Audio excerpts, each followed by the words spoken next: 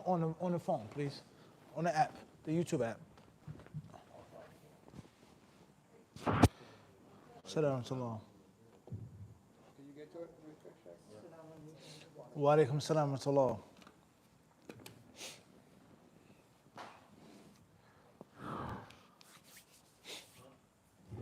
Bismillah ar-Rahman ar-Rahim. Alhamdulillah Rabbil Alameen. Wassalatu wassalamu ala Rasulillah. Wa ala alihi wa sahbihi ajma'in amma ba'd. It's a prohibition on making dua against yourselves. You never know when the angels may answer something. So, we're not going to make dua, against our brothers. We make dua for them. Right? We'll be the bigger people, inshallah. Even though it's permissible to take revenge in Islam. But may Allah remove your suffering. Ameen. Ameen. May Allah protect you from having a migraine. Ameen. So tonight, bi'idhnillahi ta'ala, we're going to take some questions. Last night, alhamdulillah, we finished the explanation of the book, 40 Hadith on fasting in Ramadan, volume 1, walillahi alhamd. Bi'idhnillahi ta'ala, look out for the newest release, 40 Hadith on Hajj and Umrah, volume 1 as well. Publication will be announced, the release date soon enough, bi'idhnillahi ta'ala.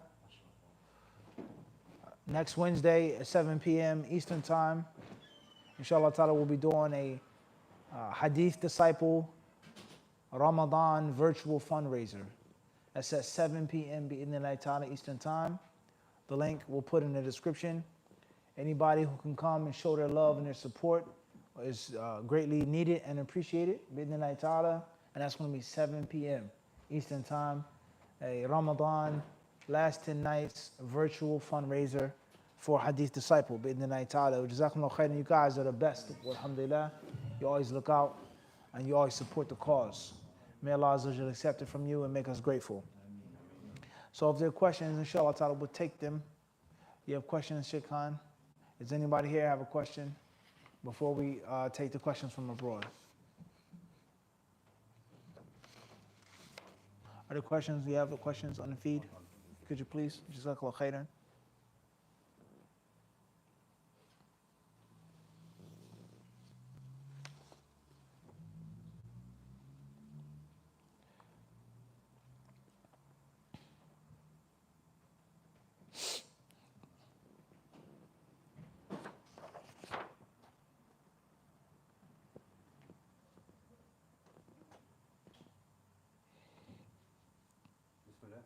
Fadl, Sheikh. Assalamu alaikum, everyone. You want a name? Yeah, the initials, inshallah, and then city. Riya, ST from Philly. I can't remember the Zakatul Mal from last year. What should I do for this year? Right. Bismillah. So a person says they cannot remember the Zakatul Mal from last year. What do they do? Try your best to estimate it. Try your best. Look through your records, your notes, your apps, your bank statements. Try your best to calculate how much money you had last year, if the zakat was due upon you last year. Also, you have to look at what you bought and what you spent the money on. If you don't have any money in savings this year, what did you spend it on? How did your money or your wealth reach the nisab? So if you still have a chunk of money this year and you didn't pay it that year, then deal with what you have. Inshallah ta'ala. And be mindful of the future, seek Allah's forgiveness, and try your best to be conscious and try your best to avoid negligence with regards to your responsibility of managing your wealth and establishing Allah's haqq upon that wealth. Wallahu ta'ala alam.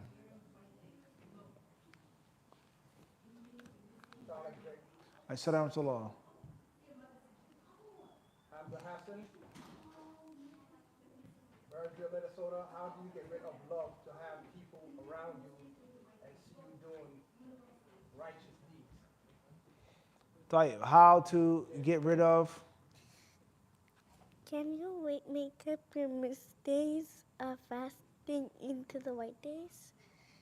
You can make them up, but the white days are generally, the white days are specific sunnah prayers, 3 days out of every month. But if you want to just have the virtuous time, I want to make up my days during the virtuous time, that's permissible as well. Wallahu alam.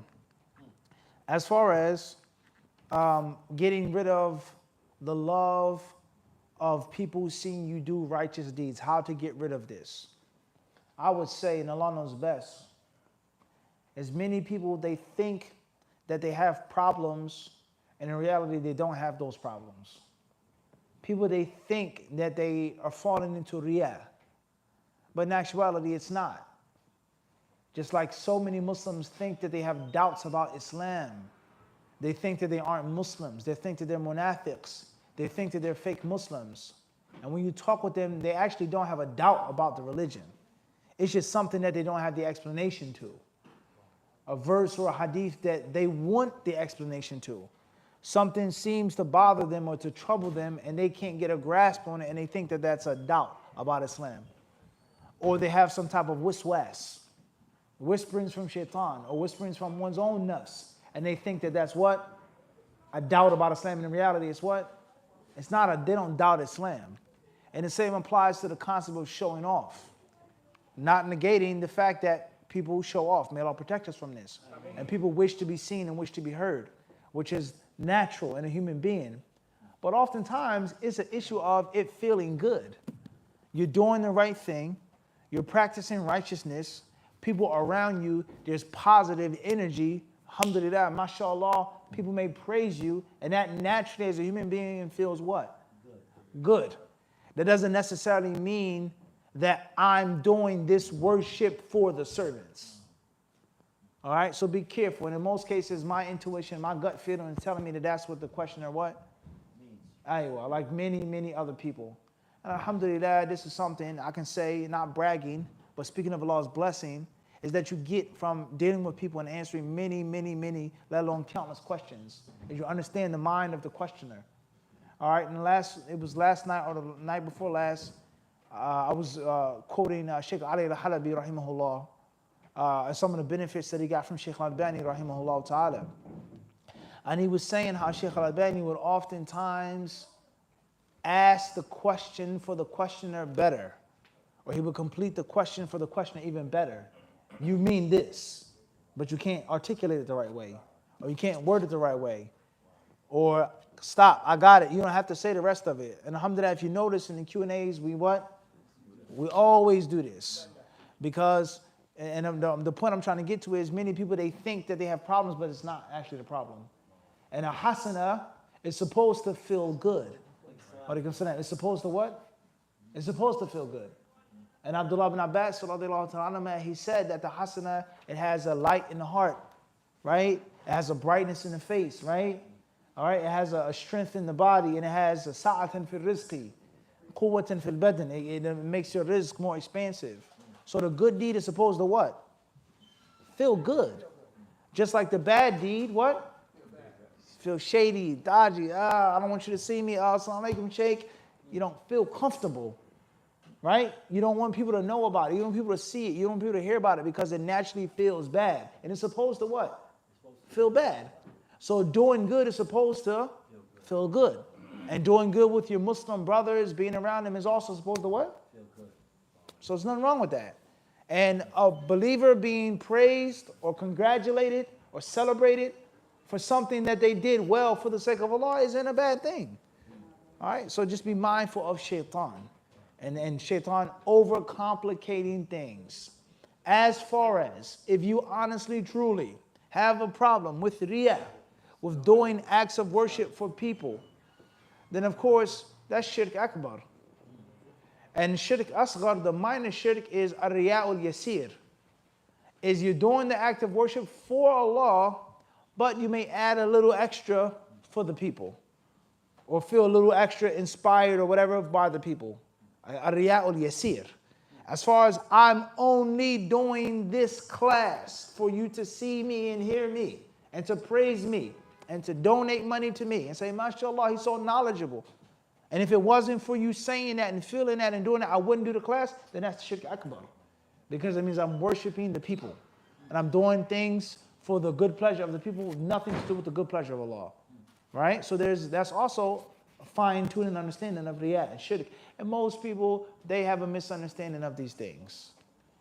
And the shaitan is going to amplify those what? Those misunderstandings with the waswas. Wallahu ta'ala alam. Next one. Wa alaikum salam wa barakatuh. Ali Yusuf, hey, I wonder, Assalamu alaikum, should a transgender be openly invited to Islam? Should someone who's transgender be openly invited to Islam? There's no doubt about it. Islam is for all. Their sexual orientation, what type of surgery, this, that, etc., they have to worry about those issues and those problems later on by themselves. But they're alive, they're living, they're human beings. They're servants of Allah. And it is their job and their duty to submit to the oneness of Allah subhanahu wa ta'ala. Now, how are they going to fit in society? Are they going to come to the masjid? Are they going to be on their brother's side, their sister's side? Are they going to get married? How are they going to make istinja? Do they have, etc. That's all secondary. It's all secondary. And you can work through that and navigate through that, bidhnillahi ta'ala. Right? And we know that for the believer to meet Allah on the day of judgment with every sin in the book, but with no shirk, is better than them meeting Allah in a pious, righteous state upon shirk and kufr. The Prophet ﷺ said it. The Hadith Qudsi, Allah said it. If you meet me, O son of Adam, with the whole earth worth of sins, without making shirk with me, I will meet you with similar forgiveness. There's no doubt about that. Tayyib? So therefore, if you had the ability to give dawah to a transgender person, you give them dawah. And have them accept Islam. Other problems, other issues, you cross those bridges what? When we get there. Wallahu alam. Wa alaikum salam wa rahmatullahi wa barakatuh.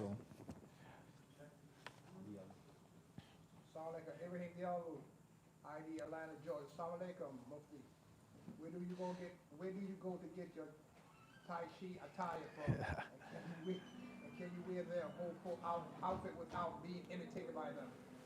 The question is regarding HD apparel, which is a part of HD. Where do you get your Tai Chi jacket or shirt from? And can you wear the entire outfit without imitating them? Jazakallah khairan. I have several sources. Some sources I buy in person. Some sources I buy online. If you don't have access to a local martial arts store or martial arts supermarket or a martial arts supplier, and you can go online. You can go to eBay, Amazon, Etsy, whatever online store, and just type it in. Bruce Lee shirt. You don't even have to use a fancy terminology. Tai Chi, Wushu, Bruce Lee outfit, Kung Fu outfit. And I'm sure through the powers of Google search, you'll what? You'll snag something. And then a related image, a related link, and you what? Finely tune, right? You refine your search to your color, your style, your fabric, your size, wahakadha. And like I've done, alhamdulillah, you can mix and match and make your own style, right? Before I started wearing it, I didn't see too many brothers wearing it, especially with a thobe. So you make your own style, with your own hat, your own shoes, your own color, wahakadha, right? As far as can you wear the entire outfit, the shirt, the pants, or the full length one without imitating them, the scholars of Islam mention that imitating the kuffar is of two types.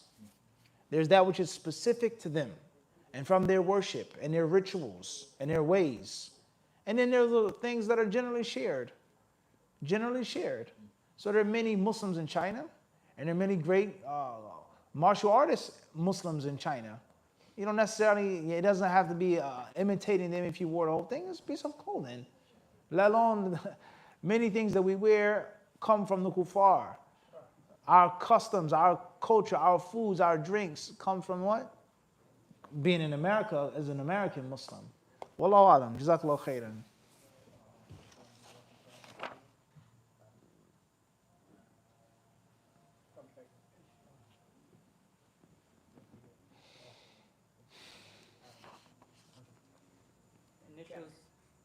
initials MB, Toronto, Canada. Assalamu alaikum, Mufti. Is it permissible to perform Itikaf and leave to go to work? Can a person make itikaf and leave and go to work? If that's their intention. If they're making a partial itikaf, or according to some scholars, if they place conditions on their itikaf with regards to visiting the sick or following a janazah, etc. Wallahu ta'ala alam. Initials HK, Manchester, UK. Salam, Sheikh. What are your thoughts on ginseng / royal jelly in tablet form? Ginseng. / royal jelly in tablet form. My thoughts on ginseng and royal jelly in tablet form. Well, if you're asking with regards to the ginseng, then that's one thing. And if you're asking with regards to the tablet and some of the things that may be included in capsules or gelatin and things like this. First and foremost is I don't see any prohibition or anything wrong with ginseng, regardless of why you're drinking it or eating it. Strength, stamina, vigor, concentration, whatever the case may be. It's a natural herb from the earth. You know, other natural herbs from the earth, what? Are prohibited. Now, if you catch my drift. At the end of the day, some tablets, no doubt, some capsules are encapsulated in gelatin. The gelatin could come from an animal, which is going to be problematic, regardless whether it's a pig or other than a pig. Because even if it comes from a cow or something else, was that animal slaughtered properly? Right? As far as if it's vegetable based, khairan. What's important is try to fear Allah the best way you can. Try to practice the best way you can. And inshallah ta'ala, man jadda wajad. Where there's a will, there's a way. If you want to avoid the capsules that have gelatin or gelatin from meat, you'll find those made from vegetable-based gelatin.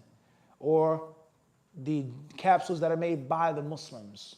And even better than that, get your own ginseng. Grow your own ginseng. Right? Or just get it, from the source. Grind it up, crunch it up, shred it up, boil it, make your own. And it's not that difficult. Wallahu ta'ala alam.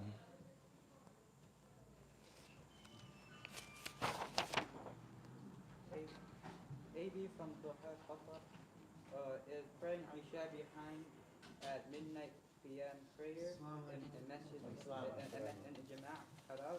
I missed Isha earlier.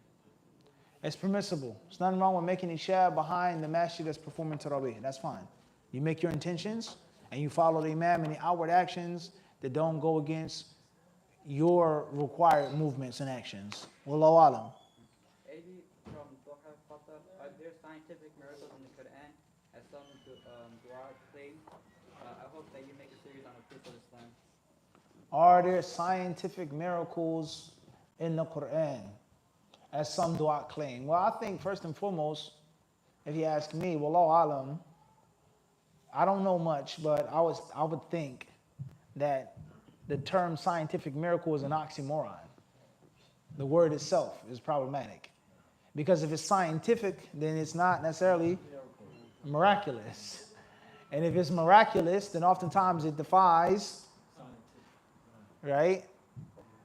At the end of the day, what the questioner means, are there things that the Quran has spoken on that have been discovered, proven years later through modern medical science? There's no doubt about that. Too many things to count.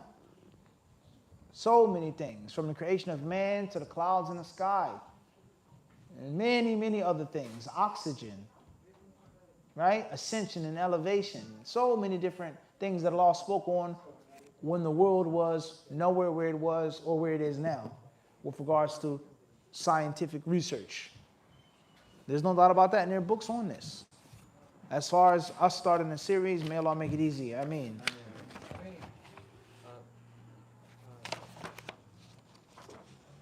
M.A. Bronx, New York. If a person didn't have money all year sitting in their account, it was on and off, but then he gets a load of money at what? Is it cash due on him? I said until zakat's due, once it reaches the nisab, and it stays at the nisab for 12 months. Unless, according to some scholars, is that if a person has a lump sum of money, savings, it reaches the nisab, And then later on they get more money. And the additional money didn't stay there for 12 months. So some scholars, not all, they say that you're going to pay zakat on all of the money. So for hypothetical reasons, I have $10,000 savings, not my bills, not my gas, not my car, no mortgage, whatever. $10,000 just sitting there, stash, a stack, whatever the case may be, right? And I had it for 12 months.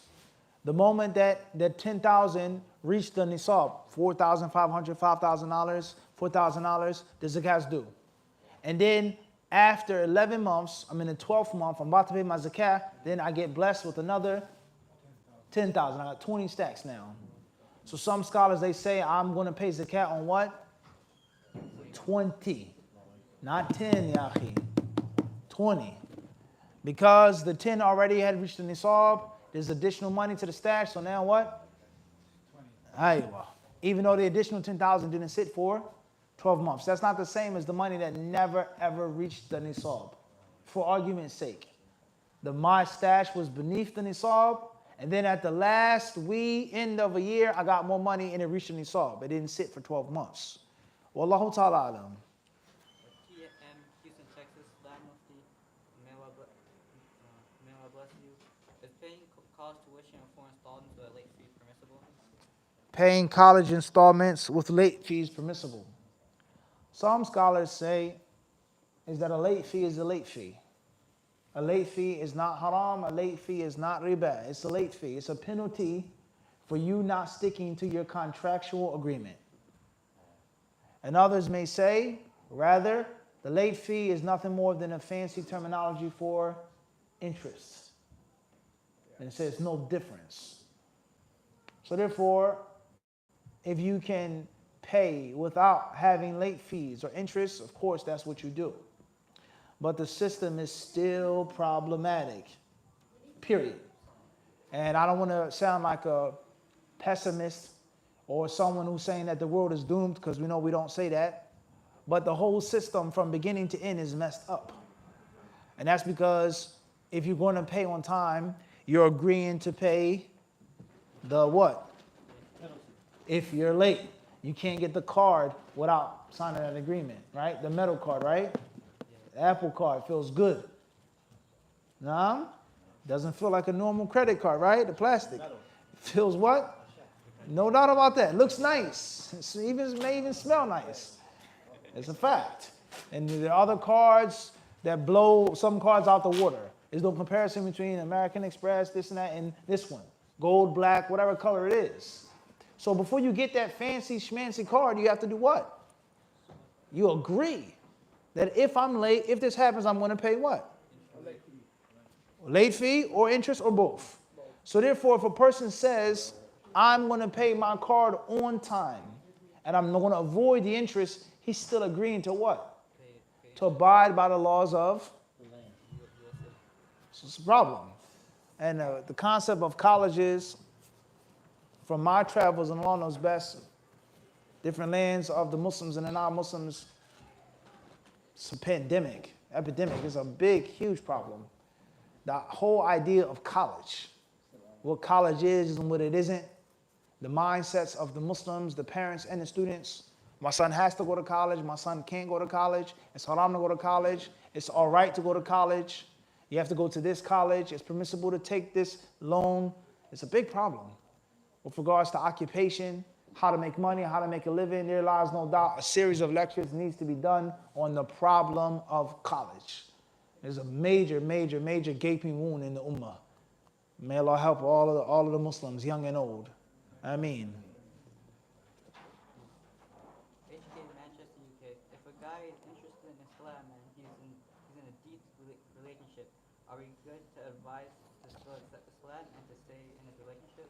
Where does the question come from? It's Manchester, UK. Manchester, UK. A guy is established, well established in a relationship, assuming a haram relationship.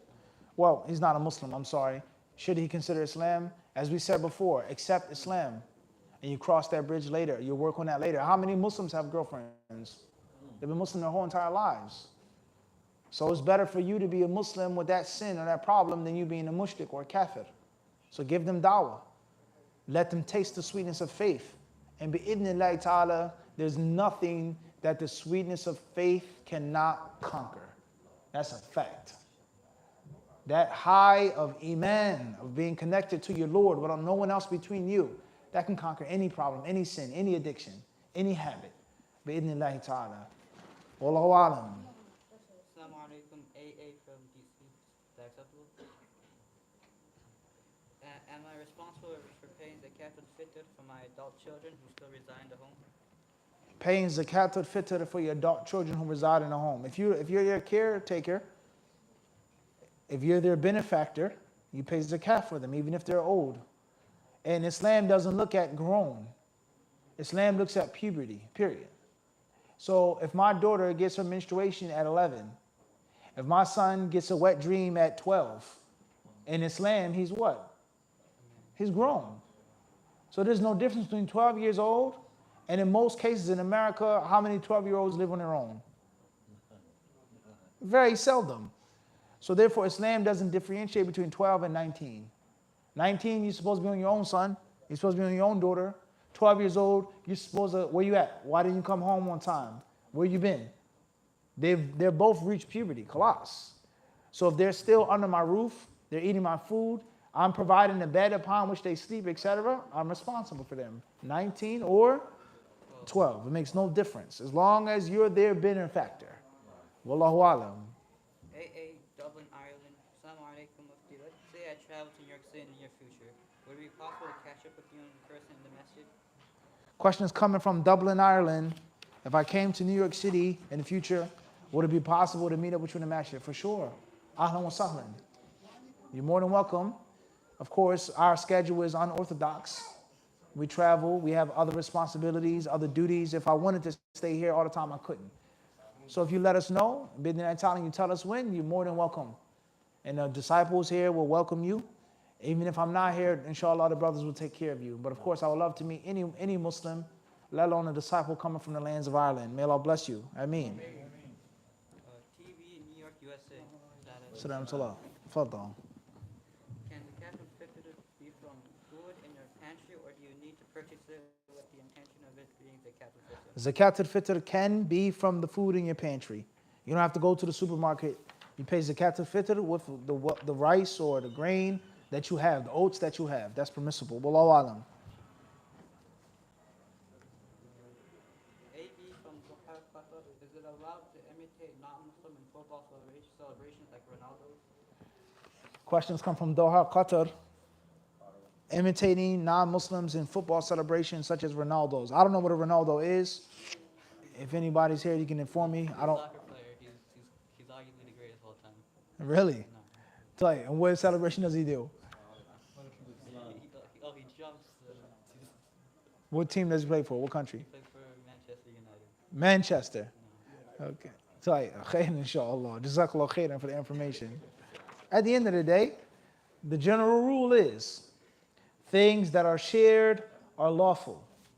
Things that are specific and exclusive to the kuffar and their shirk and their kufr and their disobedience, doing those things, mocking, mimicking them are unlawful. That's just the general rule. Wallahu alam. EA Valenciennes is France. Sheikh, is it okay for a Muslim to work night shift till 1:30 a.m.? I'm asking because of the importance of the night for rest and praying. Working a night shift, if you have to, khairan. If that's the best job that you find, the only job that you find, that's fine. That's the way that you feed your family from a halal, you do that, bi'idhnillahi ta'ala. If you can find a normal, traditional, orthodox shift, then that's better. Whereas the law has mentioned that the nighttime is a time for rest. Wallahu alam.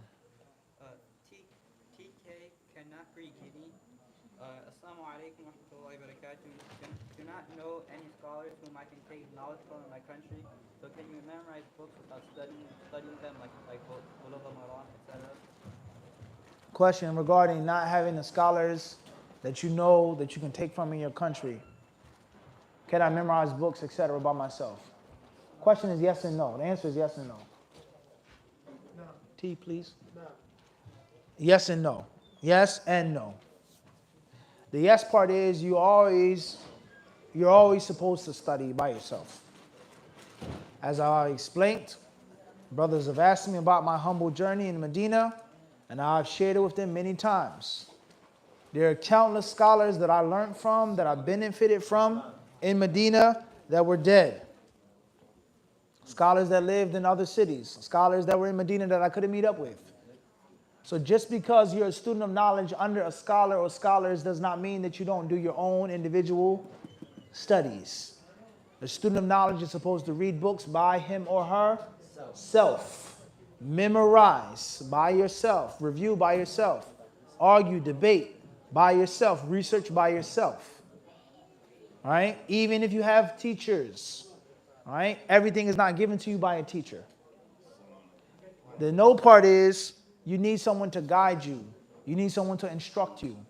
And I'm sure that there are many scholars in Guinea that you don't know about. Scholars that are upon the Sunnah. I'm sure in Guinea there's Ahl Hadith, Jazakallah khairan. I'm sure there are, whether you know about them or not. And for argument's sake, there are no scholars of Hadith and on the Sunnah in Guinea. Then you have the internet. Walhamdulillah. You have the internet. Wallahu alam. Inshallah, we'll stop here. Sallallahu sallam wa barak ala abdihi wa rasulihi nabiyina wa imamina Muhammad. Can't put on the people more than what they can.